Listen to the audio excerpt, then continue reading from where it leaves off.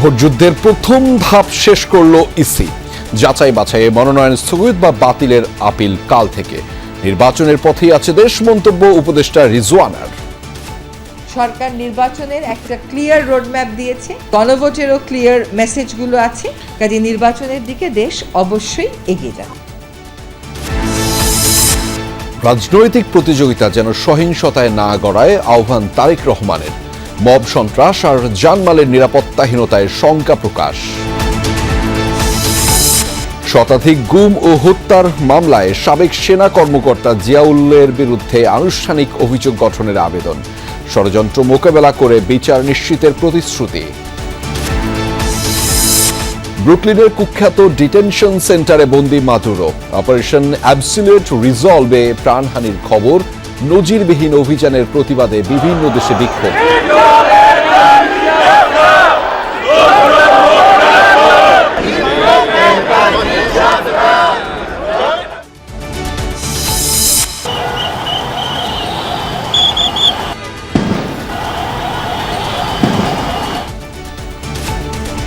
সড়ক আটকে আন্দোলনরত মোবাইল ব্যবসায়ীদের উপর লাঠিচার্জ, টিয়ার শেল নিক্ষেপ।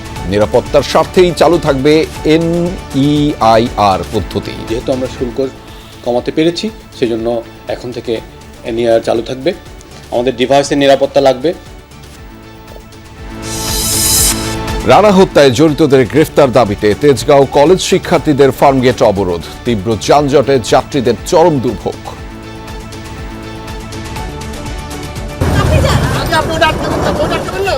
আমার বন্ধুকে মাদকের বিপক্ষে অবস্থান নেওয়ার কারণে তাকে নৃশংসভাবে পিটিয়ে হত্যা করা হয়েছে। হাসপাতালে ক্যান্টিনে গ্যাস দিব, এরা তারপরও এটা শূন্য, তারা বলতে যাইতে দেওয়া যাবে না। নিরাপত্তার শঙ্কায় ভারতে বিশ্বকাপ দল না পাঠানোর কথা ICC-কে জানালো BCB। বাংলাদেশের ম্যাচ সরিয়ে নেয়ার আবেদন।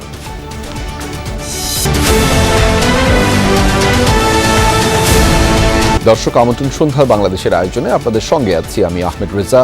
এতক্ষণ শিরোনাম দেখছিলেন। ত্রয়োদশ জাতীয় সংসদ নির্বাচনের প্রার্থীদের মনোনয়নপত্র যাচাই বাছাই শেষ হয়েছে আজ। মোট বৈধ ও বাতিল মনোনয়নপত্রের সংখ্যা প্রকাশ করবে নির্বাচন কমিশন। যাচাই বাছাইয়ের শেষ দিনে কুড়িগ্রামে প্রার্থিতা বাতিল নিয়ে রিটার্নিং কর্মকর্তার কার্যালয়ের সামনে হট্টগোল হয়। প্রার্থিতা বাতিলের বিরুদ্ধে আগামীকাল থেকে ইসিতে আপিল করতে পারবেন প্রার্থীরা। মনোনয়নপত্র বাতিলকে কেন্দ্র করে কুড়িগ্রাম জেলা রিটার্নিং কর্মকর্তার কার্যালয়ের সামনে তৈরি হয় হট্টগোল ও উত্তেজনা।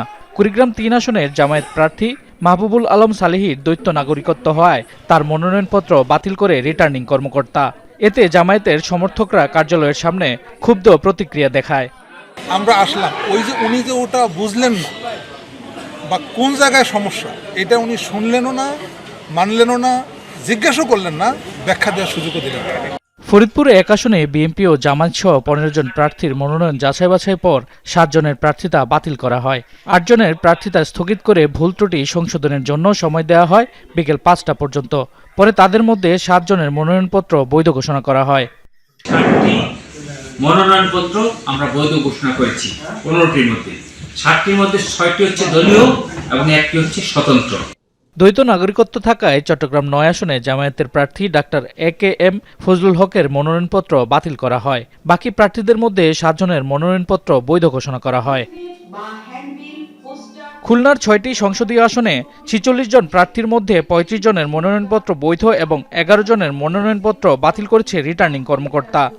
বৈধ মনোনয়নপত্র আমরা পাই 35টি, অর্থাৎ 35 জন প্রার্থী বৈধভাবে টিকেছিলেন এবং বাতিল হয়ে যায় 11 জন। আজকে এই বাছাই শেষ দিন এবং কোনো স্থগিত নেই। আমরা সব মনোনয়নপত্রের রায় ঘোষণা করেছি। মানিকগঞ্জ 1 ও 2 আসনে বিএনপির বিদ্রোহী সহ 9 জনের মনোনয়নপত্র বাতিল করা হয়েছে। পাবনার 5টি আসনে 5 জন প্রার্থীর মনোনয়নপত্র বাতিল ঘোষণা করেছেন রিটার্নিং কর্মকর্তা। কুষ্টিয়ার 4টি সংসদীয় আসনে বিভিন্ন ত্রুটির কারণে 6 জনের মনোনয়নপত্র অবৈধ ঘোষণা করেছেন রিটার্নিং কর্মকর্তা। এছাড়াও দিনাজপুর 6 আসনে বিএনপির মনোনীত প্রার্থী ডক্টর AZM জাহিদ হোসেন এবং ফেনী 3 আসনে আব্দুল আওয়াল মিন্টুর মনোনয়নপত্র বৈধ ঘোষণা করা হয়েছে। শামস তাবরিজ উচ্ছ্বাস, যমুনা নিউজ। নাজুক আইনশৃঙ্খলা পরিস্থিতির কারণে নির্বাচন হবে না এমন ভিত্তিহীন তথ্য ছড়ানো হচ্ছে। সচিবালয়ে এক মতবিনিময় সভায় এমন মন্তব্য করে তথ্য ও সম্প্রচার উপদেষ্টা সৈয়দা রিজওয়ানা হাসান বলেছেন, ভয় ভীতি দেখিয়ে মানুষকে নির্বাচন থেকে দূরে সরিয়ে রাখার চেষ্টা হচ্ছে, তবে সেটি সফল হবে না। এদিকে নিজ দপ্তরে এক ব্রিফিংয়ে খাদ্য উপদেষ্টা জানিয়েছেন, সুষ্ঠু নিরপেক্ষ নির্বাচন আয়োজনে কাজ করছে সরকার ও নির্বাচন কমিশন। নির্বাচন কমিশন ঘোষিত শিডিউল অনুযায়ী আজই শেষ হলো মনোনয়ন যাচাই বাছাইয়ের কার্যক্রম। কাল থেকে 9 জানুয়ারি পর্যন্ত বাতিল বা স্থগিত হওয়া প্রার্থীরা মনোনয়ন ফিরে পেতে নির্বাচন কমিশনে আপিল করতে পারবেন। এ অবস্থায়ও ফেব্রুয়ারিতে ভোট হবে কিনা তা নিয়ে চলছে গুঞ্জন-গুজব। সকালে সচিবালয়ে কর্মরত সাংবাদিকদের সংগঠন বিএসআরএফ এর কার্যালয়ে হয় মতবিনিময় সভা। সেখানে তথ্য উপদেষ্টা সৈয়দা রিজওয়ানা হাসান জানান, নির্বাচনের পরিবেশ নেই এমন ন্যারেটিভ ছড়াচ্ছে স্বার্থান্বেষী একটি গোষ্ঠী, যার কোনো ভিত্তি নেই। একটা ন্যারেটিভ করার চেষ্টা করা হচ্ছে যে না, এখানে আইন শৃঙ্খলা পরিস্থিতি বা এই কারণে নির্বাচনটা শেষ পর্যন্ত হবে না, এটা মনে করার কোনো কারণই নেই। সরকার নির্বাচনের একটা ক্লিয়ার রোডম্যাপ দিয়েছে, সাধারণ নির্বাচনেরও ক্লিয়ার রোডম্যাপ আছে, আপনার গণভোটেরও ক্লিয়ার মেসেজগুলো আছে। কাজে নির্বাচনের দিকে দেশ অবশ্যই এগিয়ে যাচ্ছে। নির্বাচনটা আমাদের দেশের গণতন্ত্রের সাথে দেশের স্বার্থে হবে। এখন আমরা কোন দেশ থেকে কি গুজব রটাচ্ছে সেটা নিয়ে বেশি পড়ে থাকবো, সেটা নিয়েই বেশি প্রশ্ন করব, নাকি আমরা আমাদের প্রস্তুতি নিব? উপদেষ্টা আরও বলেন, নির্বাচনী কার্যক্রম শুরু হয়েছে, ফলে আওয়ামী লীগের ভোটে অংশ নেয়ার প্রশ্ন এখন অবান্তর। বিচার কাজ শেষ না হওয়া পর্যন্ত সেই সুযোগও নেই। এখন পরিবেশ গ্রহণযোগ্য আপনি কোনটাকে বলবেন? অবশ্যই there is a force working. একটা ফোর্স তো কাজই করছে যে একটা ভয়ভীতি দেখিয়ে মানুষকে নির্বাচন থেকে দূরে সরিয়ে রাখা যায় কিনা সেটা করার জন্য। সেটা তো আমরা কোনোভাবেই সফল হতে দিতে পারি না। এদিকে নিজ দপ্তরে আয়োজিত এক ব্রিফিংয়ে খাদ্য উপদেষ্টা জানান, সুষ্ঠু ও নিরপেক্ষ নির্বাচন আয়োজনের সব ধরনের সহযোগিতা করছে অন্তর্বর্তী সরকার। আমি তো মনে করি যে প্রশাসন এখানে সকল প্রস্তুতি নিচ্ছে। সরকারের তরফ থেকে যে কমিটমেন্ট আছে, ফার্ম কমিটমেন্ট আছে যে নির্বাচনটা সুষ্ঠু এবং নিরপেক্ষভাবে যাতে হয় তার জন্য নিশ্চিত করার জন্য। উপদেষ্টা জানান, ভারত থেকে চাল আমদানির বিষয়টি রাজনৈতিকভাবে দেখার সুযোগ নেই। যেখানে কম দামে পাওয়া যাবে সেখান থেকেই খাদ্যশস্য আমদানি করবে সরকার। বাণিজ্যের সাথে আমরা রাজনীতিকে করি না। আরিফুর রহমান সবুজ, যমুনা নিউজ, ঢাকা। রাজনৈতিক প্রতিযোগিতা থাকলেও তা যেন কোনোভাবেই সহিংসতায় না গড়ায়, এই আহ্বান জানিয়েছেন বিএনপির ভারপ্রাপ্ত চেয়ারম্যান তারেক রহমান। দুপুরে গুলশান কার্যালয়ে বিপ্লবী ওয়ার্কার্স পার্টির সাধারণ সম্পাদক সাইফুল হকের সাথে সৌজন্য সাক্ষাৎ করেন তিনি। এ সময় তারেক রহমান বলেন, দলগুলোর মধ্যে যেন কোনো বিভাজন তৈরি না হয় সে বিষয়ে সতর্ক থাকতে হবে।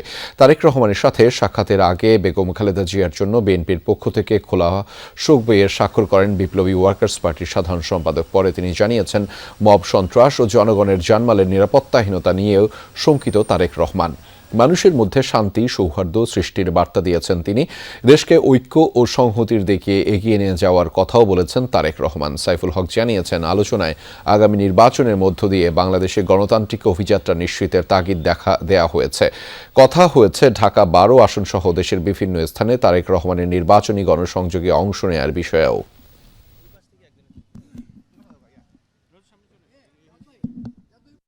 তিনি বললেন যে রাজনৈতিক প্রতিযোগিতা থাকবে, বিতর্ক থাকবে, কিন্তু এটাকে কোনো ধরনের সহিংস কোনো ধরনের একটা সংস্কৃতিতে যাতে না যায়, আমরা পুরো জাতিটাকে যাতে নতুন করে কোনো বিভাজিত না করি। এটা করলে আমাদের যে সম্ভাবনা উত্তরণের জন্য সেটা কিন্তু ইতিমধ্যে অনেকখানি আমরা নষ্ট করেছি, ভবিষ্যতে এটা কিন্তু আরও নষ্ট হবে। সাবেক সেনা কর্মকর্তা জিয়াউল আহসানের বিরুদ্ধে শতাধিক ব্যক্তিকে গুম ও হত্যা মামলায় অভিযোগ গঠন করে বিচার শুরুর আবেদন করেছে প্রসিকিউশন। গাজীপুর, বরগুনার চরদুয়ানি ছাড়াও জলদস্যু দমনের নামে সুন্দরবনে কথিত বন্দুকযুদ্ধ সাজিয়ে হত্যাকাণ্ড ঘটানো হয় বলেও জানায় প্রসিকিউশন। তবে এসব অভিযোগ প্রত্যাখ্যান করেন তার আইনজীবী।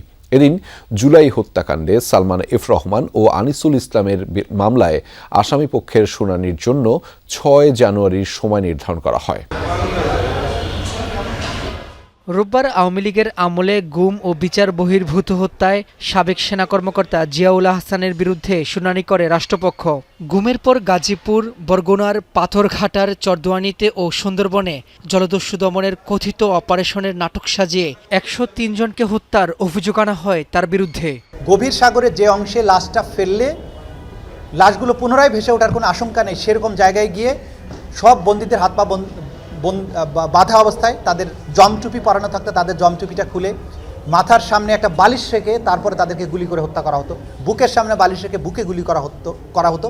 এরপরে মরে যাওয়ার সাথে সাথেই তাদের পেটটা কমান্ডো নাইফ দিয়ে চিরে ফেলা হতো, নাড়িভুড়িগুলো ফেলে দেওয়া হতো। চিফ প্রসিকিউটর বলেন, ট্রাইব্যুনালের বিচার নিয়ে যতই ষড়যন্ত্র করা হোক না কেন, দেশের মাটিতেই গুমের বিচার নিশ্চিত করা হবে। বাংলাদেশে গুমের বিচার ইনশাল্লাহ হবে, যত ষড়যন্ত্র হোক, যত ধরনের পরিকল্পনা করা হোক। আমরা বুঝতে পারছি যে তারা নানান ধরনের পরিকল্পনা মাধ্যমে বিচারটাকে পিছিয়ে দেওয়ার, বিচারটা যাতে না হয় সেই ধরনের চেষ্টা করবেন, কিন্তু আইনের হাত অনেক লম্বা। ন্যায় বিচারের ব্যাপারে রাষ্ট্র দৃঢ় প্রতিজ্ঞ, প্রসিকিউশন দৃঢ় প্রতিজ্ঞ, আদালত ন্যায় বিচার করার ব্যাপারে দায়বদ্ধ। একটা মানুষ যখন মারা যায় তখন সাথে সাথে সেটা জিয়াউল হাসান করেছে। এই কারণে আমি কোর্টে বলেছি যে যাকে চুহারায় গিন্নি বলে কেষ্টা বেটাই চোর, ওনাকে কেষ্টা বেটা হিসাবে চিহ্নিত করার পারসেপশনের বিচার হচ্ছে। এই পারসেপশনের বিচার থেকে বের হওয়ার জন্য আমার কিছু প্রশ্ন ছিল, সেই প্রশ্নগুলো আমি করেছি স্পেসিফিক করার জন্য। এদিন কারফিউ জারি করে জুলাই হত্যাযজ্ঞের মামলায় সালমান এফ রহমান ও আনিসুল হকের পক্ষে বিদেশি আইনজীবী নিয়োগের বিষয়ে কোনো সিদ্ধান্ত দেননি ট্রাইব্যুনাল। তবে বিদেশি বিশেষজ্ঞের মাধ্যমে আন্দোলন দমনে প্রসিকিউশনের পেশ করা ফোনালাপের সাথে তাদের কণ্ঠ পরীক্ষার আবেদন খারিজ করা হয়। এ মামলার পরবর্তী শুনানি 6 জানুয়ারি। রাব্বি হোসেন, যমুনা নিউজ, ঢাকা। দর্শক, এবার জানাচ্ছি দেশের বাইরের সংবাদ। যুক্তরাষ্ট্রের নিউ ইয়র্কে নেওয়া হয়েছে আটককৃত ভেনেজুয়েলার প্রেসিডেন্ট নিকোলাস মাদুরোকে। ব্রুকলিনের কুখ্যাত মেট্রোপলিটন ডিটেনশন সেন্টারে রাখা হয়েছে তাকে। বিভিন্ন গণমাধ্যম মাদুরোর হাতকড়া পরা একটি ভিডিও ফুটেজও প্রকাশ করেছে। ভেনেজুয়েলা থেকে আটকের পর শনিবার যুক্তরাষ্ট্রে নেওয়া হয় মাদুরোকে। স্থানীয় সময় সন্ধ্যায় নিউ ইয়র্ক সিটি থেকে প্রায় 60 মাইল দূরে স্টুয়ার্ট এয়ার ন্যাশনাল গার্ড বিমান ঘাঁটিতে অবতরণ করে তাকে বহনকারী বিমানটি। সেখান থেকে হেলিকপ্টারে ম্যানহাটনে নিয়ে যাওয়া হয় মাদুরোকে। নামানো হয় ওয়েস্ট সাইড হেলিপোর্টে। এরপর একটি ভ্যানে মার্কিন মাদক নিয়ন্ত্রণ সংস্থার অফিসে নেওয়া হয় ভেনেজুয়েলার প্রেসিডেন্টকে। মার্কিন কর্মকর্তাদের বরাতে জানা গেছে, মামলার আনুষ্ঠানিকতার পর ডিটেনশন সেন্টারে নেওয়া হয় মাদুরোকে। তার সাথেই রয়েছেন স্ত্রী সিলিয়া ফ্লোরেস। ভেনেজুয়েলায় মার্কিন হামলায় বেসামরিক নাগরিক ও সেনা সদস্য সহ কমপক্ষে 40 জন নিহত হয়েছে। এ তথ্য জানিয়েছে মার্কিন সংবাদ মাধ্যম নিউ ইয়র্ক টাইমস। প্রতিবেদনে নাম প্রকাশে অনিচ্ছুক ভেনেজুয়েলার এক জ্যেষ্ঠ কর্মকর্তার উদ্ধৃতি দিয়ে এই তথ্য জানানো হয়। শনিবার স্থানীয় সময় মধ্যরাতে ভেনেজুয়েলার রাজধানী কারাকাস সহ বিভিন্ন স্থানে বিমান হামলা চালায় মার্কিন সেনারা। এতে বিভিন্ন আবাসিক ভবন, সেনাবাহিনীর গুরুত্বপূর্ণ অবকাঠামো আর স্থাপনা মারাত্মকভাবে ক্ষতিগ্রস্ত হয়। আগুন ধরে যায় বেশ কিছু যানবাহনে। তবে হতাহতের সংখ্যা বা ক্ষয়ক্ষতি নিয়ে হোয়াইট হাউস বা পেন্টাগনের পক্ষ থেকে এখনও কোনো তথ্য প্রকাশ করা হয়নি। ভেনেজুয়েলায় যুক্তরাষ্ট্রের অপারেশন অ্যাবসোলিউট রিজলভের স্থায়িত্ব ছিল মাত্র 2 ঘন্টা 20 মিনিটের। কিন্তু নিকোলাস মাদুরোকে আটকে ঝটিকাই মিশনের পরিকল্পনা করা হয় কয়েক মাস ধরে। দীর্ঘদিন ধরে মাদুরোর গতিবিধি অনুসরণ করে মার্কিন গোয়েন্দারা, যাতে সহায়তা করেছে খোদ মাদুরোরই ঘনিষ্ঠ এক সহযোগী। ক্যারিবীয় অঞ্চলে দিনের পর দিন চলে মার্কিন সেনাদের প্রশিক্ষণ। এমনকি মাদুরোর সেফ হাউসের রেপ্লিকা তৈরি করে চলে হামলার মহড়া। ডিসেম্বরের শুরুতেই চূড়ান্ত হয় অপারেশন অ্যাবসলিউট রিজলভের নীল নকশা। তার আগে মাসের পর মাস চলে পরিকল্পনা, যাকে মেটিকুলাস প্ল্যান হিসেবে ব্যাখ্যা দিয়েছে মার্কিন প্রশাসন।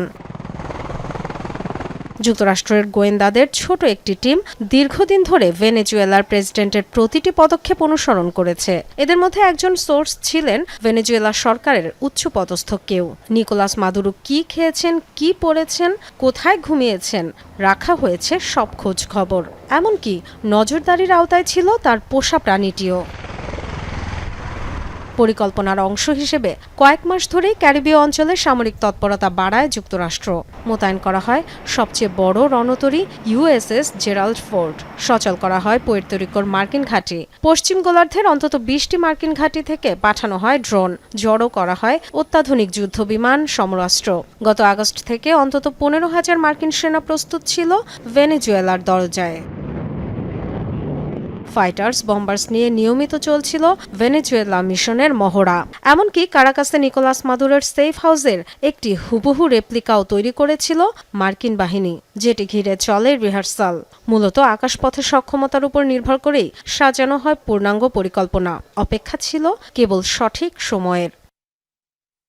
অবশেষে এলো নির্দেশ। ওয়াশিংটন সময় তখন শুক্রবার রাত 10:46। হোয়াইট হাউসের সিচুয়েশন রুম থেকে নয়, বরং ফ্লোরিডার মারে-লাগো রিসর্ট থেকে মার্কিন সেনাদের প্রতি প্রেসিডেন্ট ডোনাল্ড ট্রাম্পের বার্তা, good luck and god speed. কিছুক্ষণের মধ্যেই F-22, F-35 সহ 1.5 শতাধিক এয়ারক্রাফট নিয়ে ভেনেজুয়েলার রাজধানীতে শুরু হয় মার্কিন যৌথ বাহিনীর অপারেশন। একের পর এক গুরুত্বপূর্ণ স্থাপনায় টার্গেটের পর সেনারা ঝটিকা অভিযান চালায় সামরিক ঘাঁটি ফুয়ের্তে টিউনায়, যেখানে একটি সেফ হাউসে অবস্থান করছিলেন প্রেসিডেন্ট নিকোলাস মাদুরো। নিরাপদে সরে যাওয়ার আগেই উড়িয়ে দেয়া হয় লোহার সব দরজা। বেডরুম থেকেই তুলে নেওয়া হয় মাদুরো ও তার স্ত্রীকে। স্থানীয় সময় রাত 3:30টায় শেষ হয় মার্কিন এলিট ডেল্টা ফোর্সের 2 ঘন্টা 20 মিনিটের মিশন। এর ঘণ্টাখানেক পর মাদুরোকে গ্রেফতারের খবর দেন মার্কিন president. Dorothy Tasrin, Jamuna news. ভেনেজুয়েলায় মার্কিন হামলার প্রতিবাদে দেশে দেশে বিক্ষোভ করেছেন সাধারণ মানুষ। আন্তর্জাতিক আইন লঙ্ঘনের অভিযোগে মার্কিন প্রেসিডেন্টকে গ্রেফতারের দাবিও উঠেছে। বিভিন্ন দেশের মার্কিন দূতাবাসের সামনে যুক্তরাষ্ট্রের পতাকা পুড়িয়ে চলছে প্রতিবাদ। হোয়াইট হাউসের সামনেও বিক্ষোভ মিছিল নিয়ে সরব হয়েছে ট্রাম্প বিরোধীরা। প্যারিসে মার্কিন দূতাবাসের সামনে পোড়ানো হচ্ছে যুক্তরাষ্ট্রের জাতীয় পতাকা। প্রতিবাদী স্লোগানে প্রকম্পিত চত্বর। ভেনেজুয়েলায় মার্কিন হামলার কারণে এই ক্ষোভ। No war on Venezuela, arrest Trump, এমন নানা দাবি লেখা ব্যানার হাতে যুক্তরাষ্ট্রের সড়কে সড়কেই চলছে প্রতিবাদ। ওয়াশিংটনের হোয়াইট হাউস, নিউ ইয়র্কের টাইমস স্কোয়ারে চলছে আগ্রাসনের বিরুদ্ধে স্লোগান। একজন লাতিন আমেরিকান নারী হিসেবে বিশ্বকে জানাতে চাই, এই অপরাধমূলক খুনে ও ঔপনিবেশিক আগ্রাসনকে সম্পূর্ণভাবে প্রত্যাখ্যান করছি আমরা। ইতালির রোমে মার্কিন দূতাবাসের সামনে বিক্ষোভ মিছিলে জড়ো হয় শত শত মানুষ। ভেনেজুয়েলার পতাকা ও প্ল্যাকার্ড হাতে ট্রাম্প বিরোধী স্লোগানে উত্তাল হয় রোমের সড়ক। মার্কিন হত্যাকারীরা ভেনেজুয়েলায় যেই সন্ত্রাসী হামলা চালিয়েছে এবং নিকোলাস মাদুরোকে আটক করেছে তার প্রতিবাদে জড়ো হয়েছি। এই হামলা স্পষ্টভাবে তথাকথিত আন্তর্জাতিক আইনের প্রতিটি নীতি লঙ্ঘন করে। গ্রিসের এথেন্সে একদিকে পোড়ানো হচ্ছে যুক্তরাষ্ট্রের পতাকা, অন্যদিকে ওড়ানো হচ্ছে ভেনেজুয়েলা ও কিউবার পতাকা। লাতিন আমেরিকায় মার্কিন হস্তক্ষেপের তীব্র প্রতিবাদ জানায় বিক্ষোভকারীরা। দূতাবাসের সামনে থেকে রাজধানীর বিভিন্ন গুরুত্বপূর্ণ সড়কে মিছিল করে আন্দোলনকারীরা। লাতিন আমেরিকায় পূর্ণ মার্কিন আধিপত্য বিস্তারের ষড়যন্ত্র উন্মোচিত হচ্ছে। মাদক পাচার দমনের অজুহাত দিলেও তাদের উদ্দেশ্য সবার কাছে স্পষ্ট। ট্রাম্প নিজে ভেনেজুয়েলার জ্বালানি সম্পদ দখলের কথা বলেছেন। ভেনেজুয়েলার সার্বভৌমত্বে আঘাতের অভিযোগে মার্কিন প্রেসিডেন্টকে গ্রেফতার ও উপযুক্ত শাস্তির দাবিতে উত্তাল হয়েছে যুক্তরাজ্য, স্পেন, আর্জেন্টিনা, কলম্বিয়া সহ বহু দেশ। সাবরিনা নুসরাত, যমুনা নিউজ। ব্যবসায়ীদের দাবি মেনে মোবাইল ফোন আমদানিতে যথেষ্ট শুল্ক কমানো হয়েছে, সুতরাং NEIR বন্ধ হবে না। গ্রাহকের নিরাপত্তায় এ পদ্ধতি সচল থাকবে। সরকারের এই দৃঢ় অবস্থানের কথা জানিয়েছেন প্রধান উপদেষ্টার বিশেষ সহকারী। এদিকে NEIR স্থগিত এবং গ্রেফতারকৃত ব্যবসায়ীদের মুক্তির দাবিতে রাজধানীর কারওয়ান বাজারে রাস্তা অবরোধ করেন মোবাইল ফোন ব্যবসায়ীরা। তার সরাতে বল প্রয়োগ করে police. National equipment identity register NEIR নিয়ে অনড় অবস্থানে সরকার। কোনো ধরনের নাশকতা বা হামলা চালিয়ে গ্রাহক বান্ধব এই পদ্ধতি বন্ধ করা যাবে না বলে সাফ জানিয়ে দিলেন প্রধান উপদেষ্টার ডাক ও টেলিযোগাযোগ বিষয়ক বিশেষ সহকারী ফয়েজ আহমেদ তৈয়ব। সকালে গত বৃহস্পতিবার দুর্বৃত্তদের হামলায় ক্ষতিগ্রস্ত BTRC ভবন পরিদর্শন শেষে তিনি ব্রিফিংয়ে সাংবাদিকদের বলেন, প্রতি বছর আমদানিকৃত সেটের অর্ধেকই শুল্ক ফাঁকি দিয়ে দেশে আসছে, যার বড় অংশ নকল এবং পুরনো সেট। বিদেশ থেকে পুরনো ফোন কয়েক ডলারে কিনে এনে নতুন হিসাবে কেসিং পরিবর্তন করে, স্ক্রিন পরিবর্তন করে, চীন থেকে বা ইন্ডিয়া থেকে বক্স অর্ডার দিয়ে এনে যে বিক্রির জালিয়াতি, এই জালিয়াতিটাকে আমরা আমাদের মানুষকে মুক্ত করতে চাই। ব্যবসায়ীদের দাবি মেনে মোবাইল ফোন আমদানিতে যথেষ্ট শুল্ক কমানো হয়েছে বলে জানান বিশেষ সহকারী। এই মুহূর্তে NEIR সচল আছে। যেহেতু আমাদের প্রতিশ্রুতি ছিল যে আমরা শুল্ক কমাতে সক্ষম হলে আমরা NEIR চালু করব, যেহেতু আমরা শুল্ক কমাতে পেরেছি সেজন্য এখন থেকে NEIR চালু থাকবে। আমাদের ডিভাইসের নিরাপত্তা লাগবে। ডিভাইস অভ্যন্তরীণ যারা উৎপাদন করে তাদের বিনিয়োগের সুরক্ষা দিতে হবে এবং একই সাথে যারা বৈধভাবে আমদানি করে তাদেরকে পরীক্ষিত নিরাপদ ডিভাইস কিনতে হবে এবং শুল্ক দিতে হবে। এদিকে এনইআর স্থগিত, পুরনো হ্যান্ডসেট আমদানির সুযোগ এবং গ্রেপ্তারকৃত ব্যবসায়ীদের মুক্তির দাবিতে বেলা 11টার পর রাজধানীর কারওয়ান বাজারে রাস্তা অবরোধ করেন মোবাইল ফোন ব্যবসায়ীদের একটি অংশ। এ সময় সাউন্ড গ্রেনেড ও টিয়ার সেল নিক্ষেপ করে ব্যবসায়ীদের সরিয়ে দেয় আইন শৃঙ্খলা রক্ষাকারী বাহিনী। আমাদের ব্যাংক লোন আছে, আমাদের পরিবার আছে, আমরা ব্যবসা করে আমরা ট্যাক্স দিতে চাই, আমরা মোবাইল আমদানি সহজ করে দেন, আমরা মোবাইল আমদানি করতে চাই এবং আমরা বাংলাদেশে আমরা ব্যাট ট্যাক্স সমস্ত কিছু দেই। ব্যবসায়ীদের কাছে মজুতকৃত অবৈধ ফোন বিনা শুল্কে বৈধতা দেওয়ার পাশাপাশি আমদানি পর্যায়ে শুল্ক হার 61% থেকে 43.4% নামিয়ে এনে 1 জানুয়ারি এনইআর চালু করে বিটিআরসি। মাসুদুজ্জামান রবিন, যমুনা নিউজ, ঢাকা। তেজগাঁও কলেজের শিক্ষার্থী সাকিবুল হাসান রানা হত্যার বিচারের দাবিতে ফার্মগেট অবরোধ করে আন্দোলন করেছে সহপাঠীরা। এতে চরম দুর্ভোগ পোহাতে হয় ওই সড়কের যাত্রীদের। বিক্ষুব্ধরা জানিয়েছেন, সিসি ক্যামেরার ফুটেজে দেখা গেছে ছাত্রদলের নেতারাই হত্যাকাণ্ডের সাথে জড়িত। এ বিষয়ে বিএনপির ভারপ্রাপ্ত চেয়ারম্যান তারেক রহমানের অবস্থান স্পষ্ট করার দাবিও তাদের। 6 ঘণ্টা পর বিকেল 3টার দিকে শিক্ষার্থীরা সড়ক ছেড়ে দিলে যান চলাচল স্বাভাবিক হয়। সহপাঠী সাকিবুল হাসান রানাকে হত্যার 24 দিন পরেও সব খুনিদের আইনের আওতায় আনা যায়নি। এতে বিক্ষুব্ধ তেজগাঁও কলেজের শিক্ষার্থীরা রবিবার সকাল 9টা থেকে ফার্মগেট গোল চত্বর অবরোধ করে বিচার দাবি করেন তারা। শিক্ষার্থীদের অনেকেই জানান, মাদকের বিরুদ্ধে কথা বলায় সাকিবুল বিএনপির অঙ্গ সংগঠন ছাত্রদলের কিছু কর্মীর হামলার শিকার হয়েছেন। সিসিটিভি ফুটেজে সবকিছু দেখা গিয়েছে যে কে কে এই হত্যাকাণ্ডের সাথে জড়িত ছিল। তেজগাঁও কলেজের ছাত্রদলের নেতারা তলিন সেলিম এবং তার সাথে সাঙ্গপাঙ্গরা ঢুকছে। আমার বন্ধুকে মাদকের বিপক্ষে অবস্থান নেওয়ার কারণে তাকে নৃশংসভাবে পিটিয়ে হত্যা করা হয়েছে। দ্রুত সব আসামিকে গ্রেফতার করতে স্বরাষ্ট্র ও আইন উপদেষ্টার হস্তক্ষেপ চান তারা। বলেন যে রাজনৈতিক দলের নেতারা হত্যাকাণ্ডে জড়িত এই বিষয়ে সেই দলেরও ব্যাখ্যা দিতে হবে। তারেক রহমানকে এটার অ্যান্সার দিতে হবে। ছাত্রদলের সভাপতি সেক্রেটারি নাসির রাকিব তাদেরকে বেশ বিজ্ঞপ্তি দিতে হবে, তারা কেন তাদের আশ্রয় দিচ্ছে। শিক্ষার্থীদের এই অবরোধে চরম দুর্ভোগে পড়ে ওই পথের যাত্রীরা।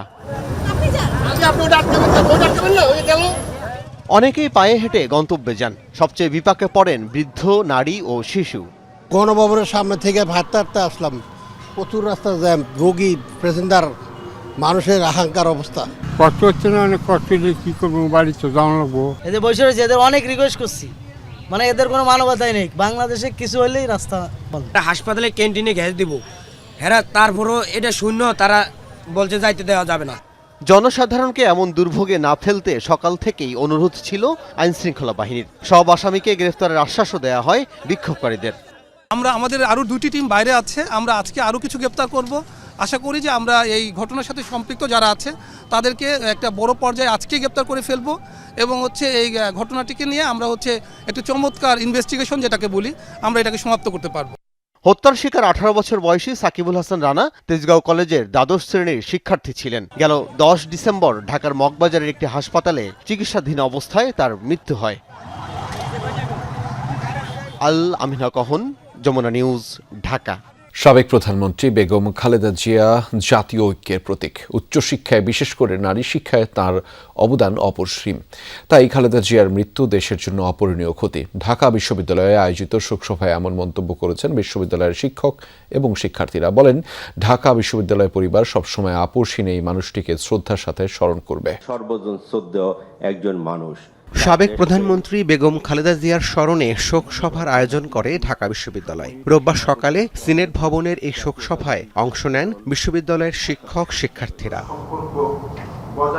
সভার শুরুতেই খালেদা জিয়ার কথা স্মরণ করে বক্তব্য রাখেন ঢাকা বিশ্ববিদ্যালয় ছাত্রদল সভাপতি গণেশ চন্দ্র রায় সাহস। ডাকসুর ভিপি সাদিক কায়ুমও বলেন, খালেদা জিয়া ছিলেন আপোষহীন সংগ্রামের প্রতীক। দেশনেত্রী বেগম খালেদা জিয়া একমাত্র ব্যক্তিত্ব যিনি রাষ্ট্র ক্ষমতায় এসে বাংলাদেশে প্রাথমিক শিক্ষা বাধ্যতামূলক করেছিল। আমরা দেখেছি কিভাবে অন্যায়ের বিরুদ্ধে তিনি কথা বলেছেন, কিভাবে তিনি ফ্যাসিবাদের বিরুদ্ধে কথা বলেছেন, কিভাবে তিনি ভারতীয় আধিপত্যবাদের বিরুদ্ধে কথা বলেছেন, কিভাবে তিনি জাতীয় ঐক্য তৈরি করেছেন। বেগম খালেদা জিয়ার স্মৃতির প্রতি সম্মান প্রদর্শন করে ঢাকা বিশ্ববিদ্যালয়ের সাবেক উপাচার্য, বিশ্ববিদ্যালয় মঞ্জুরি কমিশনের চেয়ারম্যান, জাতীয় বিশ্ববিদ্যালয়ের উপাচার্য বক্তব্য রাখেন। উচ্চশিক্ষায়, বিশেষ করে নারী শিক্ষায় খালেদা জিয়ার অবদানের কথা স্মরণ করেন বক্তারা।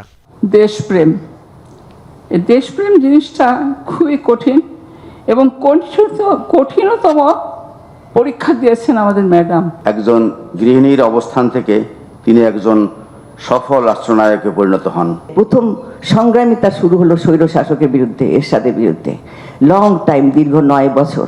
একটু আপোষ করেননি, আপোষ না করে উনি মানুষের হৃদয়ে জায়গা দিয়েছেন, যেটা দেখলাম আমরা যে জানাজা হলো শোক সভায় ঢাকা বিশ্ববিদ্যালয়ের উপাচার্য বলেন, সাবেক এই প্রধানমন্ত্রীর জানাজা সারা বাংলাদেশকে ঐক্যের কেন্দ্রে পরিণত করেছে।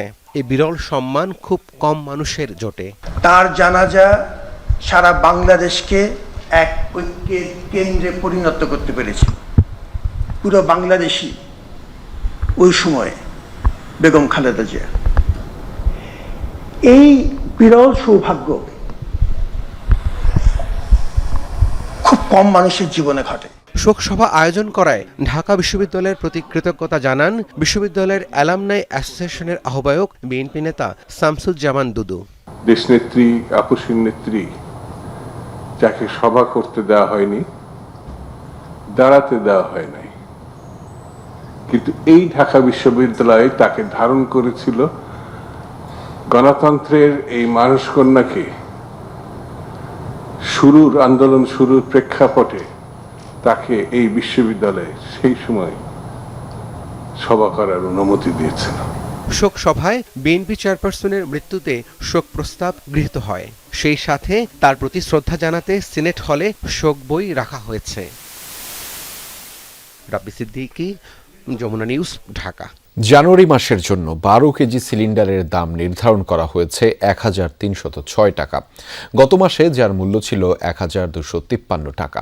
জানুয়ারিতে 12 কেজিতে দাম বেড়েছে 53 টাকা। গত মাসেও 38 টাকা দাম বেড়েছিল। দুপুরে বাংলাদেশ এনার্জি রেগুলেটরি কমিশনের চেয়ারম্যান জালাল আহমেদ সংবাদ সম্মেলনে নতুন মূল্য ঘোষণা করেন। সন্ধ্যা 6টা থেকে নতুন এই দর কার্যকর হয়েছে। তবে বাজারে নির্ধারিত দামে এলপিজি বিক্রি হচ্ছে না। প্রতি সিলিন্ডারে 800 থেকে 1000 টাকা বেশি দাম নিচ্ছে বিক্রেতারা। বাড়তি দামের বিষয়ে বিইআরসির চেয়ারম্যান বলেছেন, ব্যবসায়ীদের দাবি উৎপাদন পর্যায়ে নির্ধারিত দামেই পরিশোধের কাছে সিলিন্ডার বিক্রি করা হচ্ছে। খুচরা পর্যায়ে বাড়তি দামের বিষয়ে ভোক্তা অধিকার সংরক্ষণ অধিদপ্তর অভিযান চালাচ্ছে। উৎপাদন পর্যায়ে বাড়তি দামের অভিযোগ এলে অবশ্যই ব্যবস্থা নেওয়া হবে। সিলেট থেকেই এবার নির্বাচনী প্রচারণা শুরু করবে বিএনপি। 2-1 দিনের মধ্যেই তারেক রহমানকে দলের চেয়ারপারসনের পদে অধিষ্ঠিত করা হবে। এসব তথ্য জানিয়েছেন বিএনপি মহাসচিব মির্জা ফখরুল ইসলাম আলমগীর। সন্ধ্যায় সিলেটে গণমাধ্যম কর্মীদের সাথে মতবিনিময়কালে তিনি এসব কথা বলেছেন।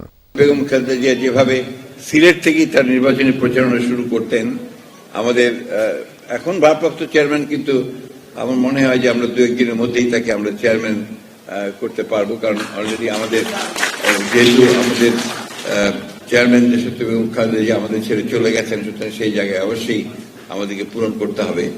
তিনি আমাদের প্রত্যাশা, সকলের প্রত্যাশা যে উনি সিলেট থেকেই তার নির্বাচনী প্রচারণা শুরু করবেন। মামলা জট কমাতে সবার সহযোগিতা চেয়েছেন প্রধান বিচারপতি জুবায়ের রহমান চৌধুরী। সংবর্ধনা অনুষ্ঠানে বিচার বিভাগকে দুর্নীতি ও সিন্ডিকেট মুক্ত করতে শুদ্ধি অভিযান চালানোর আহ্বানে তিনি এই কথা বলেছেন।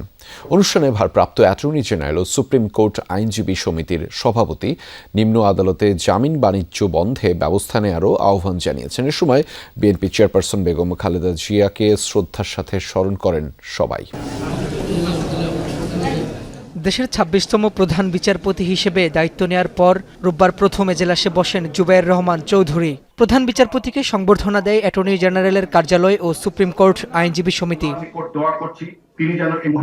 সংবর্ধনা অনুষ্ঠানে বিচার বিভাগের দুর্নীতি ও সিন্ডিকেট নিয়ে কথা বলেন আইনজীবীরা। ভারপ্রাপ্ত অ্যাটর্নি জেনারেল আরশাদুর রৌফ বলেন, সুপ্রিম কোর্টের অনেক কর্মকর্তা ও কর্মচারী দুর্নীতিতে জড়িয়ে আছে। বিচার বিভাগকে সিন্ডিকেট মুক্ত করতে শুদ্ধি অভিযান চালানোর আহ্বান জানান তিনি। বিগত স্বৈরশাসনের সময় সেখানে নির্যাতিত অসহায় মানুষের ঠাঁই হয়নি, সুবিচারের পরিবর্তে অবিচারই প্রাধান্য পেয়েছিল। বিগত 15 বছর বিচার বিভাগকে দলীয়করণ করা হয়েছিল। বিচার বিভাগ অনেক ক্ষেত্রেই হয়ে উঠেছিল রাজনৈতিক বিবৃতায়নের হাতিয়ার। সুতরাং শুদ্ধি অভিযানের মাধ্যমে বিচার বিভাগের সকল স্তর থেকে দুর্নীতি নির্মূল করতে হবে। পরে সুপ্রিম কোর্ট আইনজীবী সমিতির সভাপতি মাহবুবউদ্দিন খোকন বলেন, অনেক আইনজীবী বিচারিক সিন্ডিকেটের সাথে জড়িত। বিচার বিভাগ দুর্নীতি মুক্ত না হলে মামলার জট কমবে না বলেও জানান তিনি। সুপ্রিম কোর্টের বেঞ্চ অফিসার পিওসহ সর্বোচ্চ কোর্টের দুর্নীতি মুক্ত করার জন্য যথাযথ পদক্ষেপ গ্রহণের জন্য আমরা আপনার নিকট আশা করছি। আমরা যদি দুর্নীতি দূর না করতে পারি, উচ্চ আদালতে মাননীয় বিচারপতির মধ্যে, আইনজীবীদের মধ্যে, কর্মচারীদের মধ্যে, নিম্ন আদালতের বিচারকদের মধ্যে এবং কর্মচারীদের দুর্নীতি দূর না করতে পারলে স্বাধীন বিচার ব্যবস্থা নিয়ে আমার হতাশ হয়ে যাবে। পরে বক্তব্য রাখেন প্রধান বিচারপতি জুবাইর রহমান চৌধুরী। বলেন, মামলার জট কমাতে সহযোগিতা করতে হবে সবাইকে। I certainly intend to take positive steps to reduce the backlog of cases in all the courts of the country, to uphold the dignity and sanctity of this noble profession through their professional conduct, both within and outside the court premises. আইনজীবীদের ন্যায়ের পথে থাকার আহ্বান জানান প্রধান বিচারপতি। গত 28 December দেশের 26তম প্রধান বিচারপতি হিসেবে শপথ নেন জুবাইর রহমান চৌধুরী। রাব্বি হোসেন, যমুনা নিউজ, ঢাকা। নিরাপত্তা ইস্যুতে টি-20 বিশ্বকাপ খেলতে ভারতে যাবে না বাংলাদেশ, এক বিবৃতিতে নিশ্চিত করেছে বাংলাদেশ ক্রিকেট বোর্ড। রোববার সকালে বিসিবির জরুরি বৈঠক চলাকালীনই যমুনা টেলিভিশন খবরটির ব্যাপারে নিশ্চিত হয়।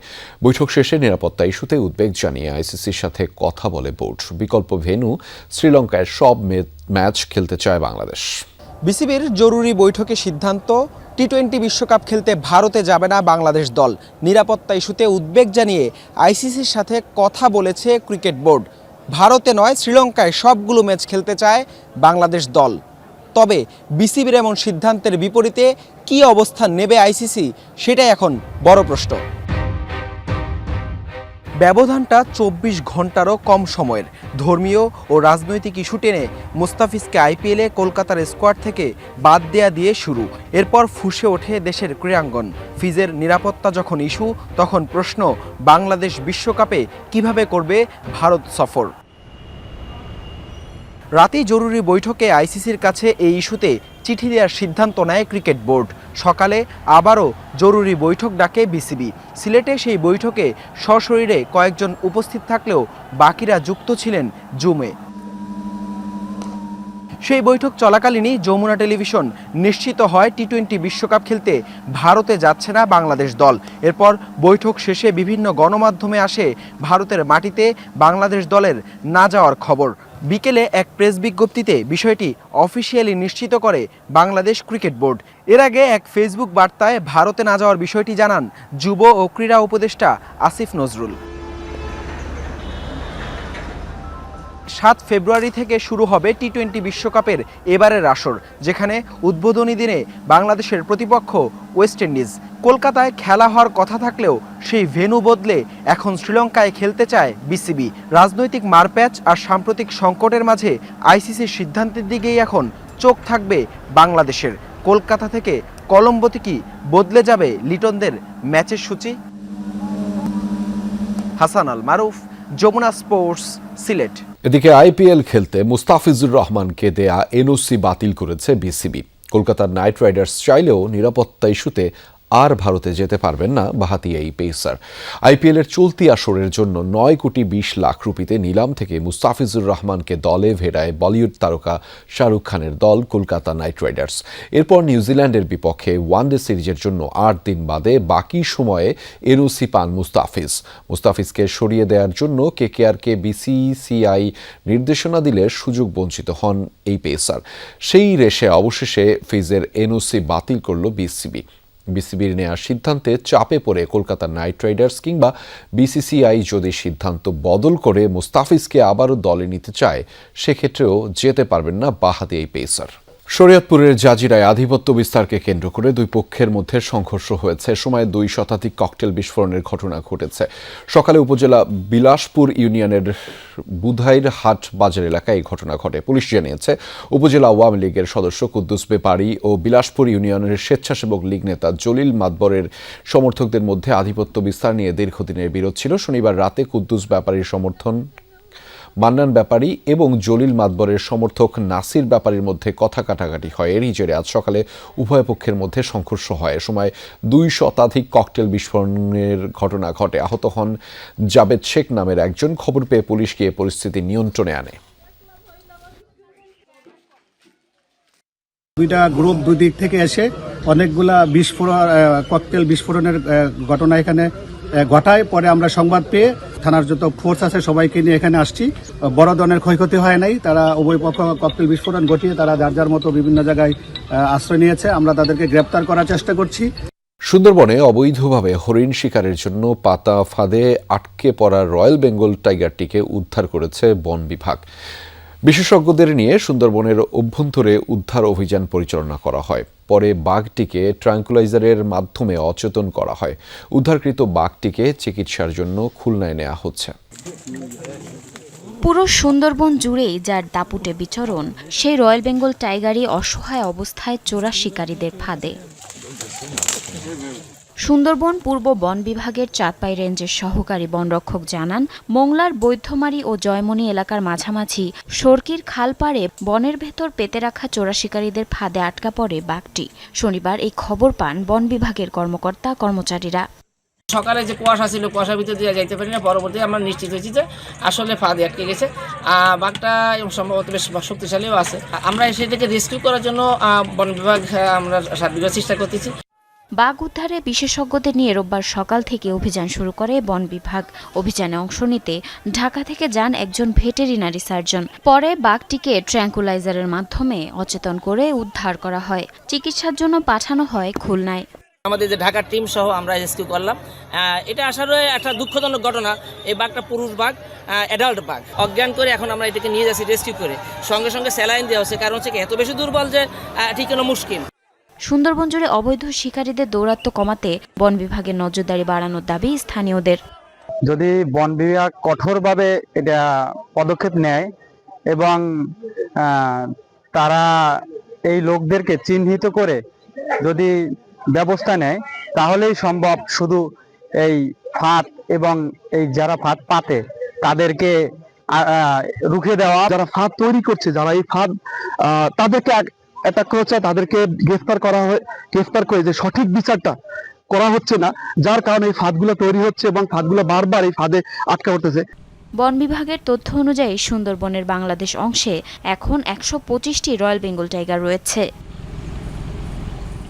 জারিন অর্নি, যমুনা নিউজ।